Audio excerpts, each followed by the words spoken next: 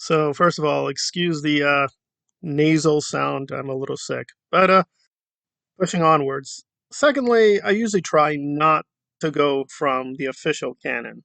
So what is the canon with Bufus and Angelus, the vampires series verse? Well, I guess the rough rule is we go strictly by what is shown in either series, but ultimately it's Joss, right?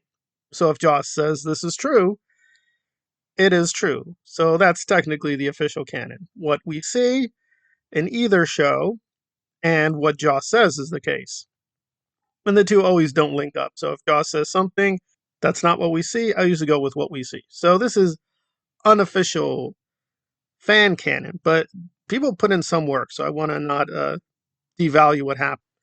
Okay, with those prefaces out of the way, let us get to Glory. And again, we're going to probably revisit the timeline issue with all these characters over and over again, but Glory has been especially something I've been curious or frustrated with for years and years.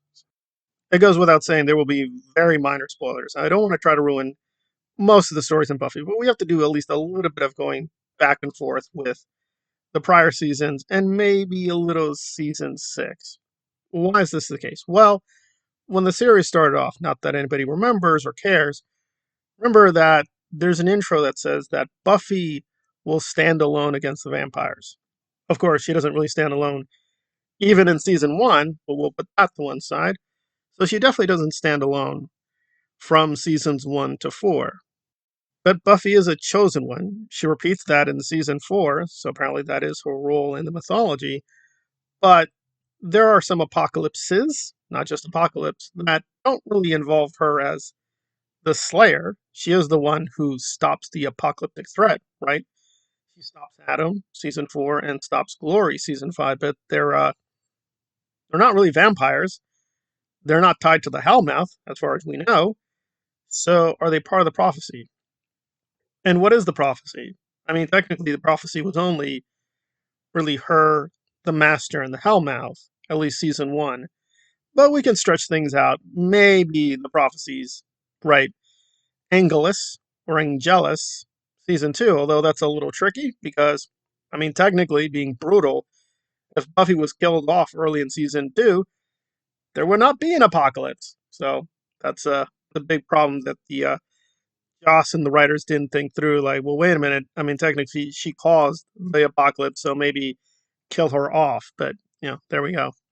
So if the question is who or what is Glory, I don't think we know for the most part. Even if we go with what Gregor and the monks give us, we don't have a lot. So she's some kind of demonic goddess, right? Because other demons do know her and pray to her and even serve her, even though they don't know her directly. And she can speak demonese, apparently. She can just speak all these different languages, including demonic languages. And we know demonic languages are a thing from season 4 and the Giles Freaky Friday episode. So she is some kind of demonic being. She's very, very powerful. So I guess she is the equivalent of a goddess. And she's been around for a while because the Watchers are aware of her. But how old is she? So the fan canon has her date of birth as 1976. Now, do we really know this is true? Well, again, it's a little flimsy, and there's some very severe retconning within season 5 about Glory, so nothing is really stable here. But this is important because, of course, we have the Knights of Byzantium and the Minions. So the problem is less Glory than Sunnydale, right? I mean, if a demonic goddess just appears in Sunnydale, you would think Buffy or the Initiative. That's another big plot hole. The Initiative just missed Glory coming into town. And remember, the Initiative is still there. They show up again in season 7. So I guess they cut back really severely on the budget. I mean, even Riley doesn't know until Glory makes herself known in season 5. So, yeah, a lot of questions about how she got into Sunnydale, how long it took her to set up shop. I'm not going to repeat my video on the Knights of Byzantium, but the Knights are not a problem because the Knights and Monks can go back hundreds and hundreds of years. And it's frankly not unbelievable they might have a prophecy about Glory, and religious fanatics do that. They have prophecies about ancient beings, good or bad, Jesus or Glory, and think to themselves, "Oh, the bad guy or good guy is coming back. We got to get ready." And it may take a couple hundred years, but hey, you're religious fanatics for a reason. So there you go. But still, it is a lot of conveniences that the minions, who seem to be their own army, even have priests. So it's a very well organized cult, and it's formed around Glory. And Glory gets into the picture in Sunnydale because she suspects the key is nearby and she needs the key to go back home. Okay, so far so good. But we do have questions about how all these people just showed up in Sunnydale. And I mean, yes, granted, the canon in the show is Sunnydale just gets massively, massively bigger and bigger each season. How? Don't know. Why? Don't know that either. It just gets bigger and bigger and bigger. So big it gets its own airport, which, in terms of California, is not true. But you know, there he goes. So, I mean, at least with the new canon, season five, yeah, I mean, if it's a really, really big Sunnydale, right? You can imagine that Glory's mansion, an apartment, and her complex will not be too difficult to set up, right? And granted, this may be more of a Ben question, but I would assume the obvious that Glory starts asserting herself in Ben's body as a teenager, and then the minions become aware of Glory and start deifying her and serving her, because we've never seen these minions before. To my knowledge, nobody in the Buffy canon looks like them. They are their own unique cult. They seem to be demonic forms of a kind.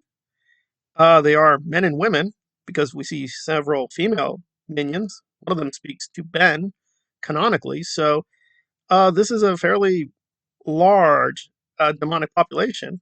And again, clearly Glory can establish she is Glorificus. She is the one that's prophesized here. So, okay, that's not a big problem. I guess it's how everything fits together. Like the key is supposed to be very, very ancient. And Glory tells Dawn she's also really, really old. So I would assume she means she's really, really old in her dimension, right? It could be she has the same form, right? She actually looks like a ginger and a pretty young 20 something Claire Kramer in her own reality. But her real age is not early 20s. We're talking at least several thousand years. So it's not the issue of her physicality, because you wonder, like, how could such an ancient being look so young? I mean, we do see this with Angel. Again, I don't want to spoil things there, but ancient beings can come in the form of young men or young women. So, okay, that's not a big problem. I guess the issue here is, how did Glory just sneak in there, right? Because we have all these prior seasons where there's all this demonic activity. And granted, yes, Buffy is mostly patrolling graveyards, but they'd never see any of these minions. They wouldn't notice any of the knights. It just feels a little bit too convenient for the plot to just be like, hey, Glory just showed up. So apparently the canon is, again, remember, fan canon. No, no, no. She was born in the 1970s. So when we see her, looking like she's in the young 20s, that is her. That is what her real age is. I mean, there's also something with Buffy that is never clarified. Does Buffy work with our timeline? I would assume when it's our 2000, it's their 2000. When it's our 2001, it's their 2001. So good or bad, Glory is kind of pre 9/11. Put it, very bluntly, she's a pre 9/11 being. And spoilers, she dies, so she's definitely not a post 9/11 Buffy character. And does any of this matter? I mean, fans are mostly clearly enchanted by her performance, right? It's not really the character. It's what Claire brought to the character. Apparently, they didn't have any clue that she would be this very vaudeville, over the top, exaggerated supervillain.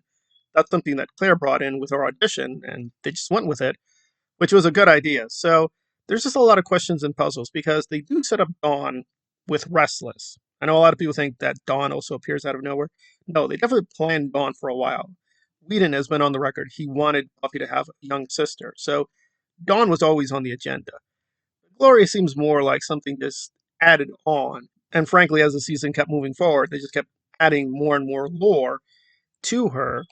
Right? She has more rules, more restrictions, more backstory. And again, I'm okay with vagueness, but it does seem at times the vagueness in season five is just, they don't know, we don't know, we're just gonna say stuff, whatever. I mean, it's still a great season, even if it does have more plot holes than we perhaps first suspected. But I would like there to be, perhaps I'm being too idealistic here, that they put more thought into Glory than just, hey, she's just really powerful, you know, female villain, and Buffy can't defeat her physically, and there you go. That's all there is to it. I would hope the writers and Joss were doing a lot more than, hey, we just need, hot female supervillain. Her name is Glory. You can also call her Glorificus. And there you go. So, all right. So to sum up, Glory is some kind of goddess, demonic goddess, born in the 1970s, 1976.